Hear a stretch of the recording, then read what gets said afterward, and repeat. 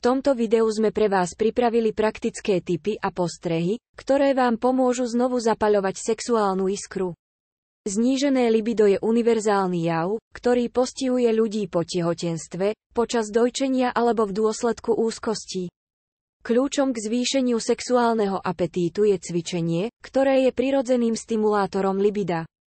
Či už je to joga, behanie alebo dokonca hodina boxu. Stres môže potlačiť túžbu, ale účinné zvládanie stresu, napríklad meditácia, môže zmeniť pravidlá hry. Komunikácia je mostom k intimite. 20-minútový otvorený a úprimný rozhovor s partnerom bez rušivých vplyvov môže prehlbiť vaše spojenie. Nuda v spálni môže viesť k problémom s libidom.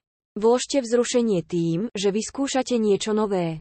Dobrý spánok je silným stimulátorom libida. Bojujte proti únave a stresu z hektického životného štýlu uprednostňovaním kvalitného spánku.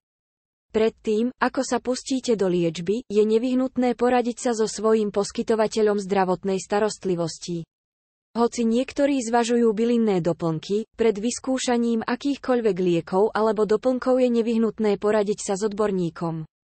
Hormonálna nerovnováha môže byť hlavnou príčinou zníženého libida. Váš poskytovateľ zdravotnej starostlivosti vám môže navrhnúť hormonálnu substitučnú liečbu. Anonymná diskusia o citlivých témach môže byť oslobodzujúca. Na záver, skúmajte, komunikujte a vyhľadajte odborné poradenstvo, aby ste vo svojom vzťahu uvoľnili plný potenciál intimity.